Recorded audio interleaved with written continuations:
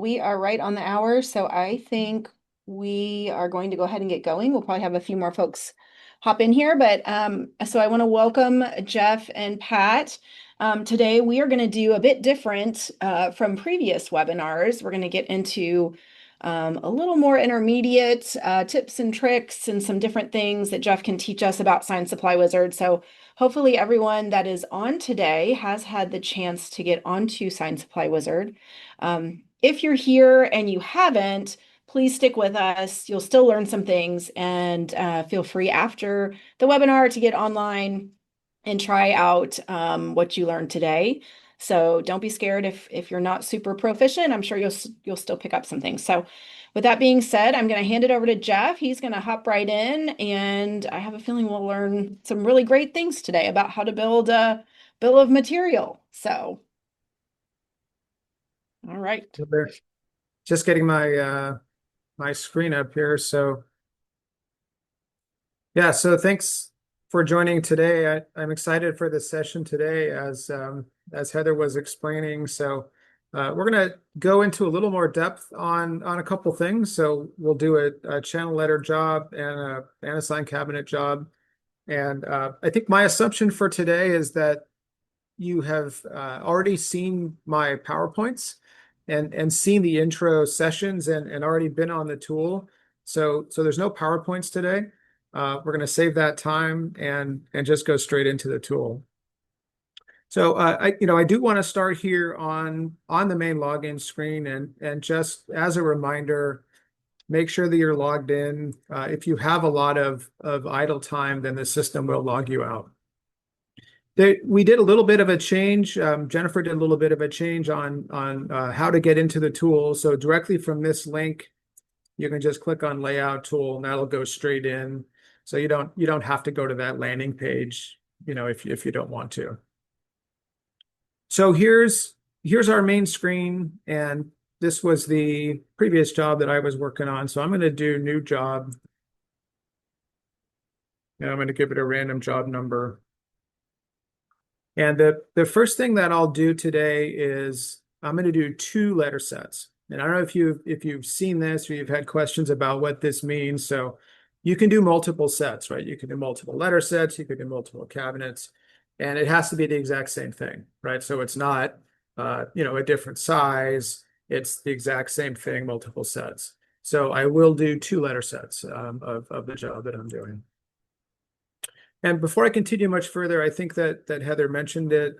My colleague Pat Matthews is manning the chat, and so he can answer questions. And Pat and Heather, if there's questions that come in that you think are for everyone, then interrupt me and we can discuss them.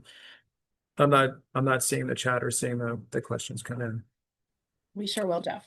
Okay, so I'm here on letters, and normally the jobs that we do are face lit, and so today we're going to do halo lit.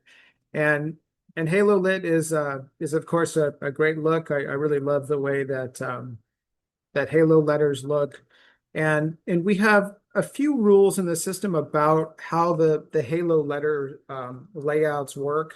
So if you have small letters, and if the stroke width I think is maybe 5 inches or less, I forget the exact math, then it's just going to be a single run of LEDs. But as that letter gets larger, then we have an offset amount. Okay, and the offset amount and the range of that offset amount will be to some extent determined by the size of those letters and the stroke width of those letters.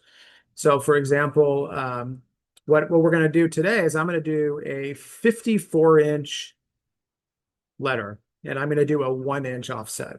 And the range, I think goes from half to 2 inches. That's it. So we don't offset by more than 2. This is just coming off the return.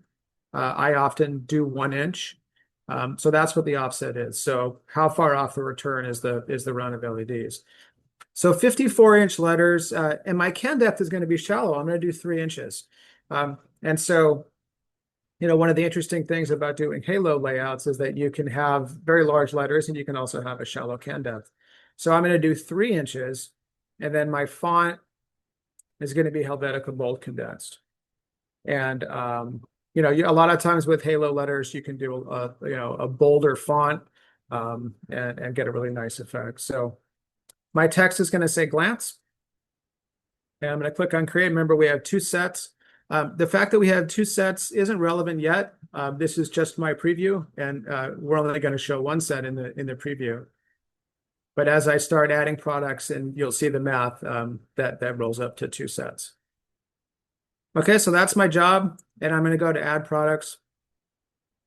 And the interesting thing, of course, right away is that I have very large letters, and so I'm not going to use an acrylic. I'm going to go straight to polycarb, and I'm going to do a polycarb real stock. And so my selection will be 64-inch width. And there are three products that come in at 64-inch width. And I'll select the first one here, Palram. And don't forget that we have the inventory lookup. And I don't often do this every time. So you're in luck if you're in Cleveland, plenty of stock in Cleveland. This, of course, moves to the branches as needed. But on any product, you can check the inventory before you do the calculation. So I've got 19 feet and change. And so you see it says times 2, 39 feet, rolled up to 40. And so I'm going to click on add. Okay. And the other interesting thing about polycarb, because I don't normally do that in the main demo, we're now at HO level brightness. Okay, so polycarb might not diffuse the light as well as some of the acrylics. And so when we do our layouts with LEDs, we tighten up a little bit, right? So for channel letters, we tighten up the module spacing. And for cabinet layouts, we tighten together the rows a little bit. So that is an HO, and that automatically is set now for when I do the LED population. Next, I want to go back to acrylic. I'm sorry, I want to go back to vinyl. And I'm looking now for a vinyl that comes in 60 inches, right? So I don't want to have any seams. So when I go here to width, 60 inches, these are the products that I'm looking for. I do have my two favorites. So in this case, these still pop up first, but these are 48 inch, so I don't want to use those. I want to use 60. And normally, as I do with glance lettering, I pick a red. And I also want my length to be 50 yards. I don't think I can do all this on a 10-yard roll. So here's my 60-inch by 50-yard 3M33 red. So that's perfect. Let's calculate that. About 6 yards times 2 sets, about 12 yards. Okay. Now let's add that. So the number of sets, it's very easy to do. We've tested jobs up to, 50 sets, and it's just math, and some of the numbers get pretty large. But you can absolutely do multiple sets, and if you have show calcs turned on, as I do, then you'll see the math that gives you the totals. All right, so trim cap. I'm going to do something different. I'm going to do a white trim cap. So 111 feet times 2, 222 feet is going to be 2 rolls. So let's add that. This part isn't that different. Adding these things, really, we're just doing the math for the second set. And here, again, my channel letter coil is filtered by my can depth. So I'm getting 3.5 inch, or in this case, 3 inch. And so let's calculate that.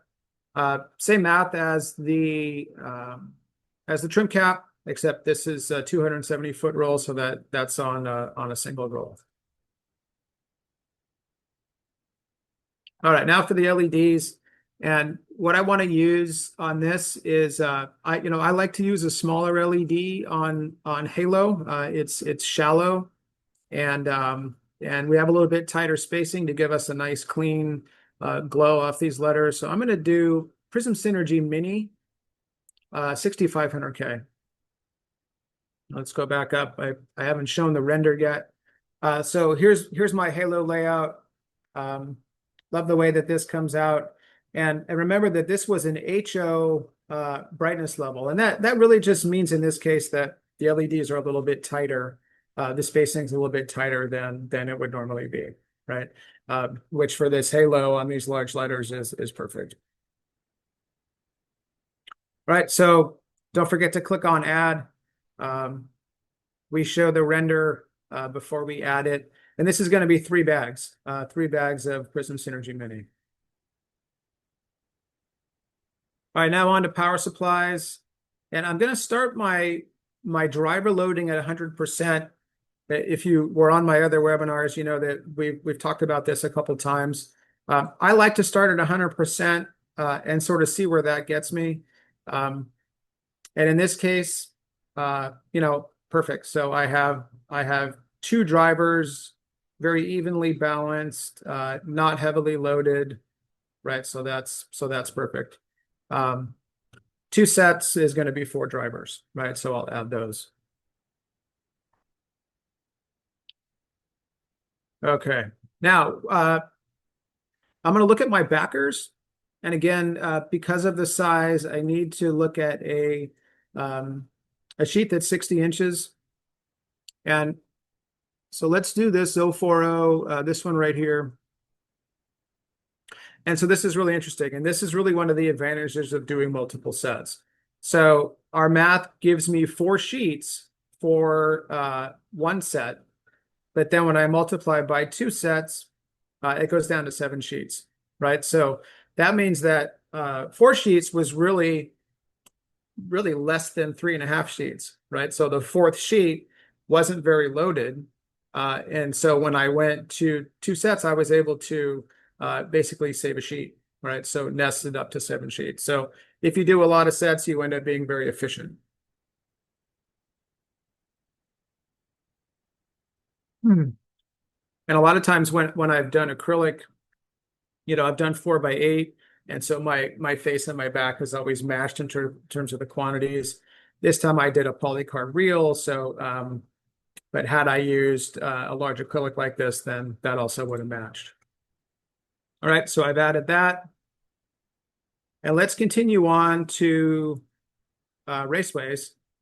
And in this case, the length of my letter set, even if I added a little bit more kerning, because this is pretty tight, would be within 24 feet.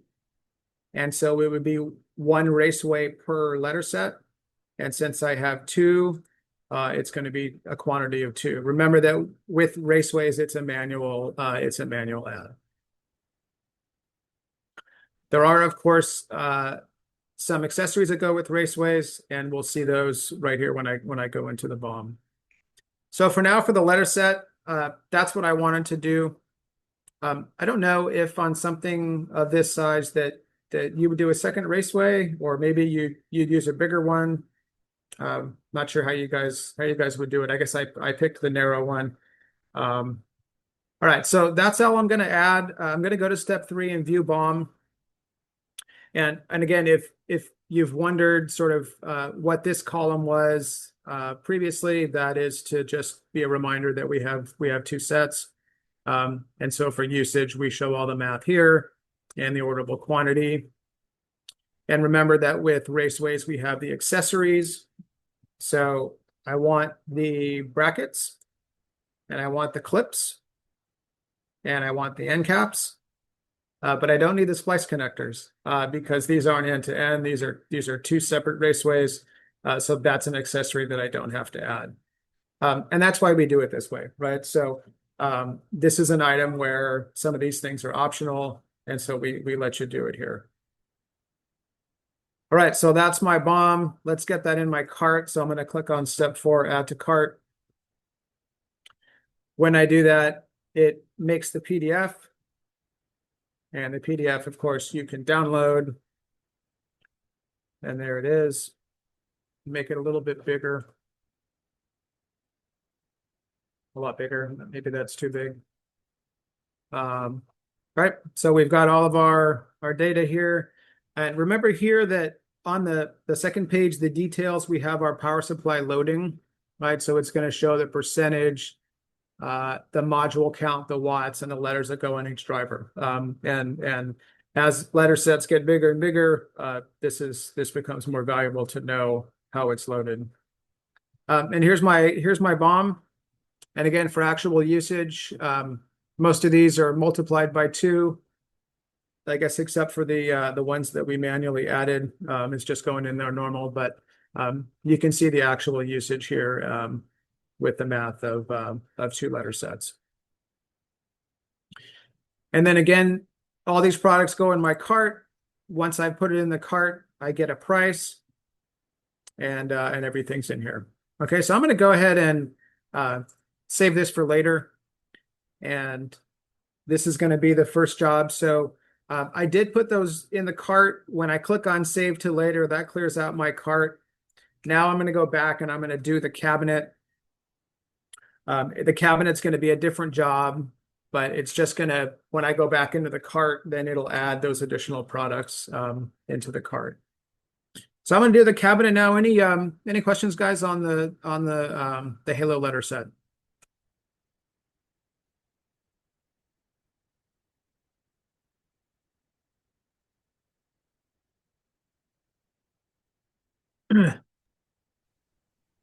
Okay.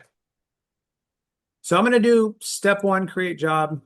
I'm going to do a new job. And my job number is a random number. I'm just going to do 1 set on the cabinet this time. When I do a cabinet, I just click down here on cabinet. And as I think I've mentioned before, there are a lot of options for cabinets, and we'll explore a few of these today.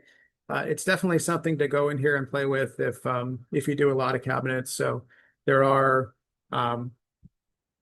quite a few options here. And so what I want to do is I'm going to do a 96-inch height and a 192-inch width.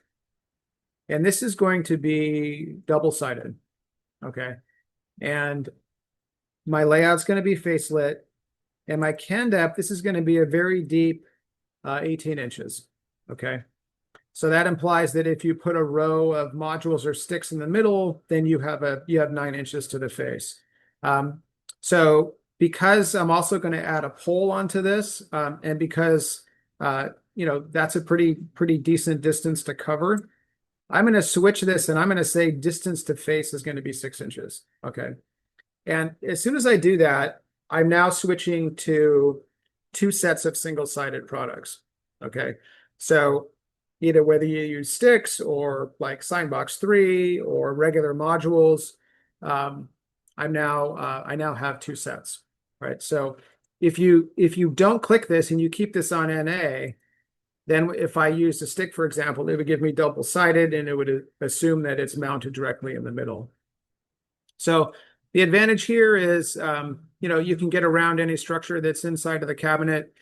You get the light closer to the face, so it's going to be a little bit brighter. So we see quite a few of these on easy layout, and we've seen some here as well. So 6 inches to face, my orientation is going to be vertical, and this is going to be an ellipse. So instead of doing a rectangular cabinet, we're going to do an ellipse. Okay. And the final option here, center pole. So if you define a center pole, we also ask you to set the diameter of the pole because we render that in the drawing. All right. This is my cabinet job. Let's do create. And on this cabinet job, there's quite a bit to define up front. A few more things than there would be for text. So I think for this one being different is we have the distance to face, we made an ellipse, and we have a center pole. So those are all things that maybe you haven't tried. So there's my cabinet. I'm going to go to add products.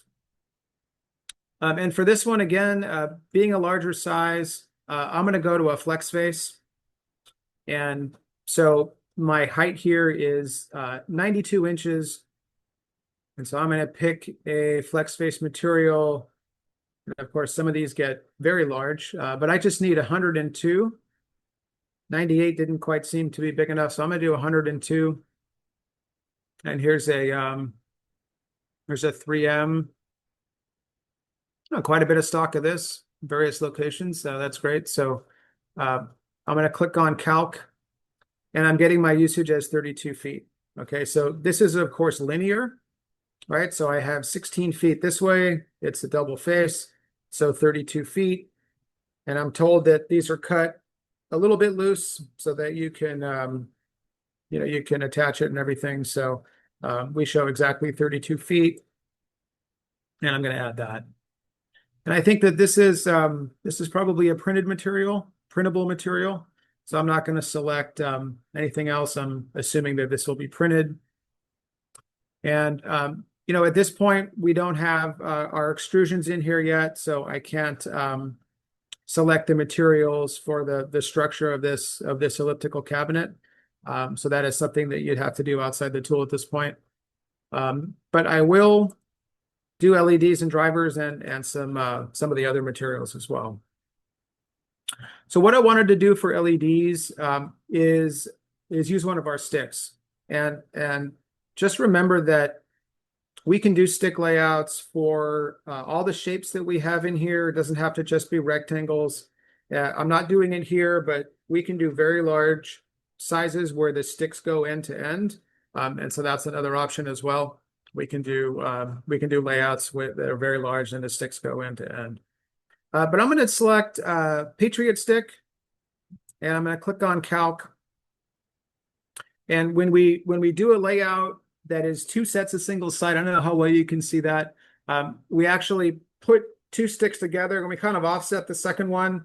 So visually it looks a little bit weird, but that's how we indicate that it's a double-sided. And so you can see that. You can see that I'm kind of next to the center pole there. And the sticks are really every foot or every 6 inches. So sometimes, it's not perfect to the end. And if your shape is such that, the sticks just don't match real well, then, then you'd want to switch to a module, or you could do Signbox 3. That's a bit of an optical sort of illusion, right? Like all three of these sticks are the same size. It kind of looks like that it gets larger, right? It's just the ellipse coming down. But that's an example of using sticks for a non-rectangular shape. All right, and I have added those. And now I'm going to go to my drivers. And again, I'm going to start at 100%. I'm going to use the Energizer Series 100 watt. And so I'm getting 3 drivers, and my load is pretty decent, right? I'm at that's pretty high, 97, 93, and what's that last one? 67. So I might bring this down. Let's just bring this down to 90%. And see what that gives me. It's still going to be 3 drivers. Oh, I actually went to four drivers. So I'm not sure that I want to do that. So maybe 95% is it. 3 drivers seems like the right number. Yeah, so that's really good. So 82%, 1 and 93%. That's perfect. So let's add those. And all right. So now I'm going to go to, I'm not going to make the same mistake I made another time and put a backer on my double-sided cabinet, so we're not going to do that. But I am going to go to paint. And, paint is another category where we don't estimate, we don't suggest a certain number of gallons of paint. And I am not an expert on paint, but I'm going to go ahead and add a couple gallons of white. So let's do that here. This will be a Matthews. I actually have Matthews as my selected brand. So remember, these little hearts here are how you can do kind of a permanent filter, right? And so I have this on. I don't use a lot of these and you might as a customer, but here I have Matthews, and so all of my paint colors are Matthews. So I've added 2 gallons of that. We also have adhesives, and we have toggle switches, and we have wire. We actually have a wire. Here's 100 feet, 18 gauge. I'm also not an expert on wire, but I'm going to go ahead and add that in there as well. All right, so let's take a look at the bomb. I've got I've got 10 products in here. And what you'll notice in here is that all the different stick lengths are coming in, right? So because it was an ellipse, we have all this, we've done all this math. Again, I'm on just a single set of this now. We have our drivers, we have our Panagraphics 3, Flex Face, our paint. We have some additional accessories here on our sticks, and we need to roll this up so that it doesn't show multiple times. So that's an action item on our side. It's showing this for each of the sizes. And so these are just brackets and connectors. And this might roll up in the cart better than we've done it. But I've now added all the connectors and brackets. Kind of a lot of clicks there. But this should be it. And let's go ahead and add this into the cart and take a look at our final PDF.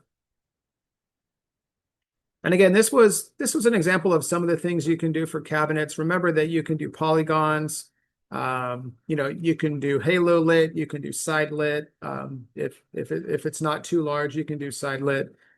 So there are quite a few options on cabinets. And what you'll see on the PDF now, because I had multiple size sticks, you'll see them listed down here, right? So I have 4 30-inch single-sided, 4 48, 64, 72, et cetera, et cetera. So those are all listed. The template's a little bit different in this case. And again, here's the power supply loading. I'm sorry, those are the modules used. This is the power supply loading. Right, so it's by row number. So the first 7 rows are going on to the first driver, and et cetera, et cetera. So and these are all the numbers of the rows. So that's how you can line it up. So it's a good reference for especially as these cabinets get larger. That's helpful. And here's my very long bill of materials now with all of my items.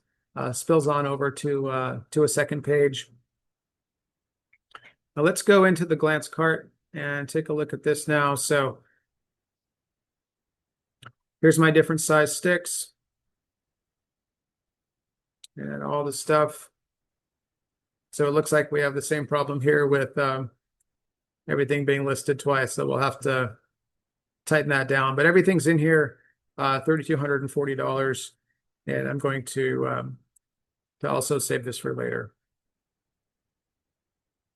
Okay, so that is the second job, and really what the 2 jobs that I wanted to show. There are a few additional things that I want to talk about, but I'll pause again and see, guys, are there any questions about doing any kind of cabinet layouts?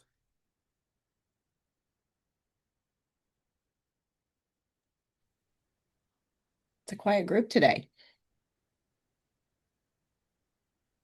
Thanks for talking, Heather. Wanted to make sure that You're welcome. you guys are still hearing me. We can hear you. I'm sure they will have perfect. questions soon. Okay. So one of the things that we have talked about, well, let me go back. Sorry, let me go back into my cart. Oh, my cart's empty.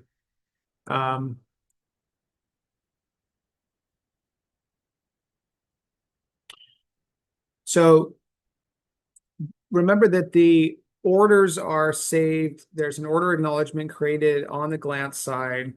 And, I just wanted to remind you of the integration that we've done between Sign Supply Wizard and the Glantz e-commerce system.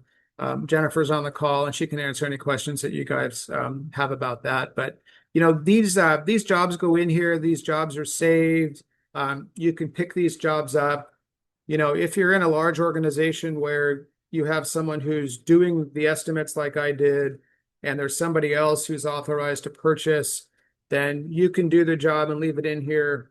And then when your colleague logs in, then they can see the job and they can purchase that job. So, there are different rights for different levels of users. And so that is a workflow that's supported where one person does it and another person buys it. And the other thing I wanted to remind you is that if I go into files, then our PDFs are saved here, right? So in addition to being able to download this, you can download it from here. I could have downloaded it before on, back when I had added it to the cart. But just a reminder that this is also saved on the Glantz side, and you can go back in and pick this up and print this. Okay. All right. So the other thing that I wanted to talk about has to do with favorites and importing of favorites and creating favorites.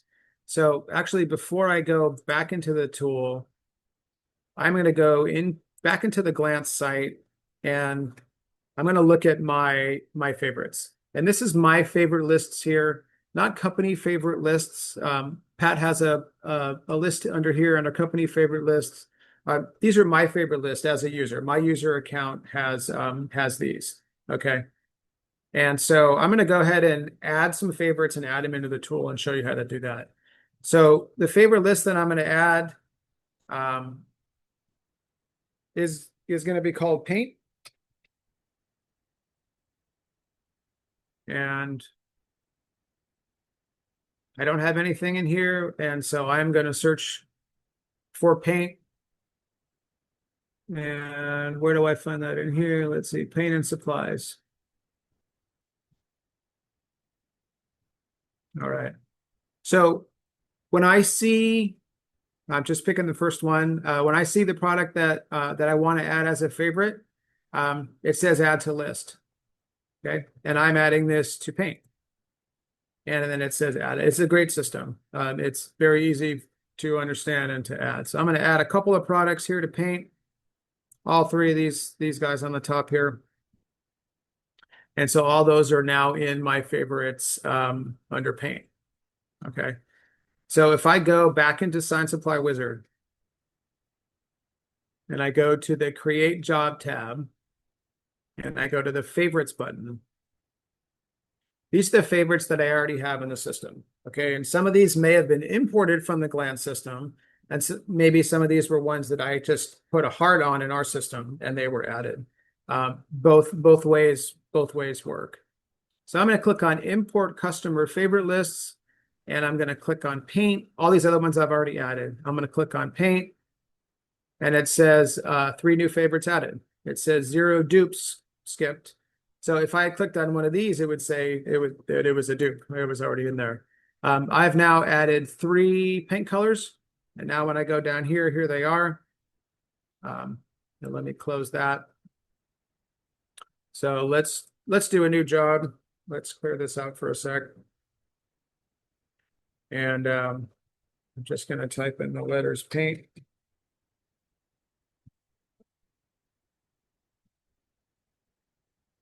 Add products. Go to paint. All right, there they are. So right on top. So the way that the favorites work is they're going to be listed on top. I now have my 3 favorite paints. And maybe I should set this up and someone can tell me the products that I should have in here. But it's really easy. So, if you have a lot of favorites in the Glantz system, and they're well organized, even if they're not well organized, you can import them in and they'll show up here. And on our side, the way to do it is just click on the heart. I mean, it's very easy. So those will show up on top. There are some cases when the filtering will filter out a favorite. So to use the same example of like a channel letter return, right? If I have a 3-inch letter, it's not going to show 5-inch returns, right? So that might get filtered out. But on a lot of these product categories, the favorite will show up on the top. Okay. Jeff, we did have a question. I know Pat answered it, but just about why you would load 95% instead of 100%. Mm-hmm. Yeah, so the way that I described that really was for load balancing. So if the quantity comes out at 4 drivers and you have three drivers that are loaded at, 97% and one that's loaded at 15%. If you then change the max percentage to say 80%, then you might get a more even load on all four of those drivers. That's how I use it. The other way to use it is just that some shops don't like the idea of loading to 100%. Even though our drivers are designed for that and tested for that, I think that there's a comfort level. Sometimes it's we load to 90% or we load to 80%. So if that's a rule in your company, then you just set that value when you go into. I'm not going to be able to do a power supply until I add an LED. So let me just. Oh, and now I can't. Now I have to add my face material. Shoot, you got to Yeah, start at the beginning. all these rules. Yeah. So we why don't we do, let's do this guy here. And while you're talking about that, Gary added another question about what other reason would you increase the HO on the LEDs? Yeah, I mean, I think there are a lot of reasons, right? You could add this. You know, depends on what's on the face most of the time. It could be competition with other signs that are there. Certainly, we have some customers who just like their signs to be brighter, and they're always punching it up. But for the purposes of why we do that here and when we select the automatic, it really has to do with those face materials, the properties of those face materials. When we do our testing, we do it with 7328. So like if you're on a 2447, it's just, a little bit tighter spacing might make that look better. And so that's the idea. And most of those are HO, and it's about a 20 to 25% increase. HO plus is really reserved for perf vinyl and day-night vinyl, and those really need a lot of light.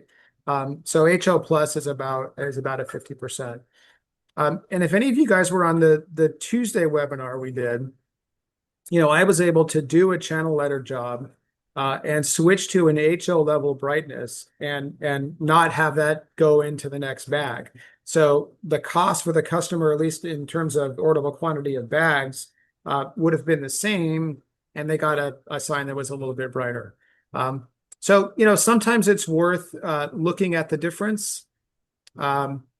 It really depends on the job and depends on the customer and kind of how the quantities fall. But it's a pretty easy way to look at a layout that might be a little bit brighter.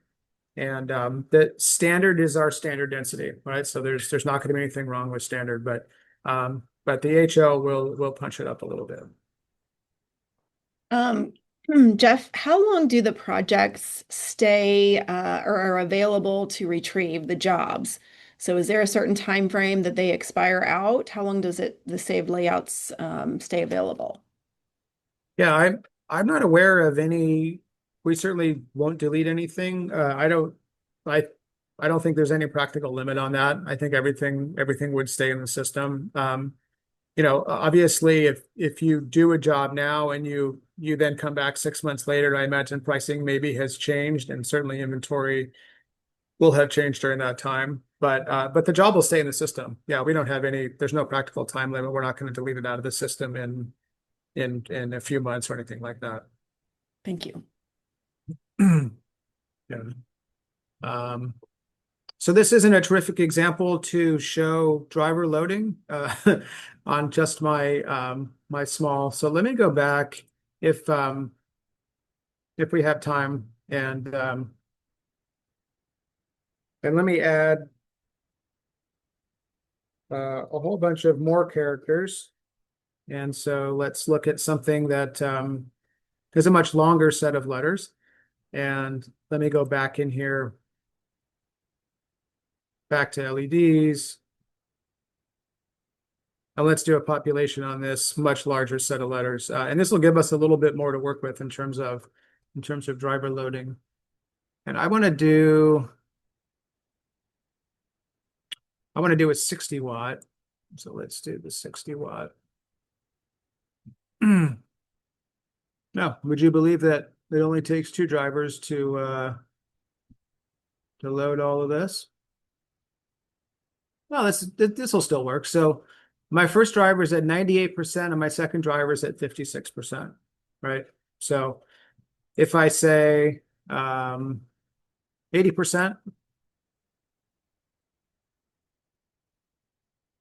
still going to be two drivers, and I should be a little bit more load balanced. Did I click on calc? There we go. In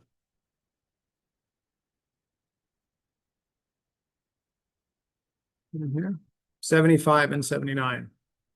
So that's that's kind of one of the ways that you can use the the power supply loading percentage. And remember that when you get to um, let's say that this is all I'm going to do for this job. I just want to get to the PDF and just show what this looks like. So on the second page of the PDF, we'll show the power supply loading and we'll show what letters go on what driver, right? And so that's kind of the idea. And that's going to be here. Make this a little bit bigger.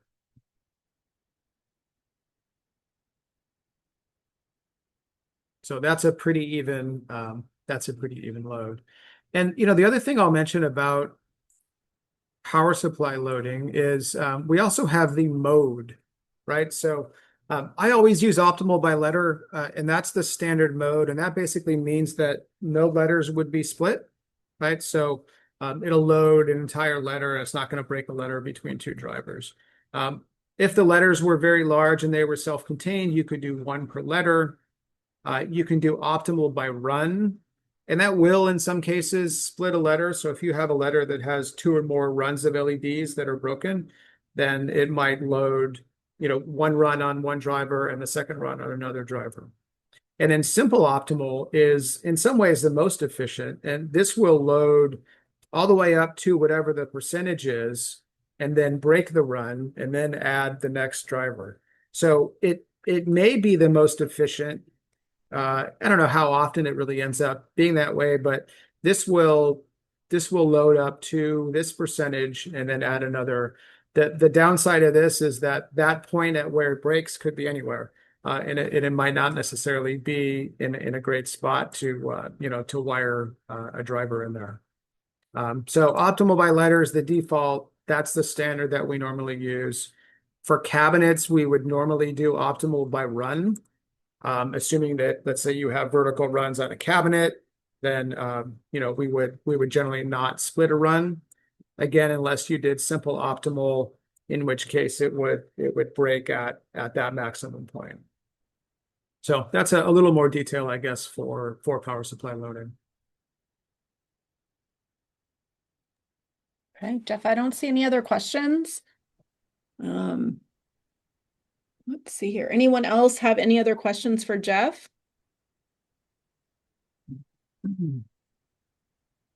No? All right. Anything else, Jeff, you'd like to cover? Yeah, I just want to encourage everybody. I know a lot of you guys on here are in there using the system, and it's great. If there's something that comes up, if there's something that you want to see, please reach out. And there's the email address, the support email address, sswizard@nglantz.com is probably the best way to do that. And that goes to the Glantz folks, and then they forward it to us. But go in there and try some new things, and there might be some jobs that maybe now you realize you can do on the system. Not every job, but hopefully maybe some new jobs, and with an understanding of some of the stuff we did today. Go in there and keep doing jobs, and thanks for giving the tool a try. Yeah. Yes, absolutely. Yes, please get in there, log into your Glantz account, and just try it out. You're not going to break it. You're not going to hurt it. And if you have questions, hopefully, anyways, there's a few of you that I may be able to break it, but we'll hope that doesn't happen. So thank you, Jeff. We really appreciate you and all the tips, and I'm sure we'll be seeing some good bill of materials coming in That's soon. right. So, all right. Take Perfect. care, Thanks, everyone. everyone. Thank you.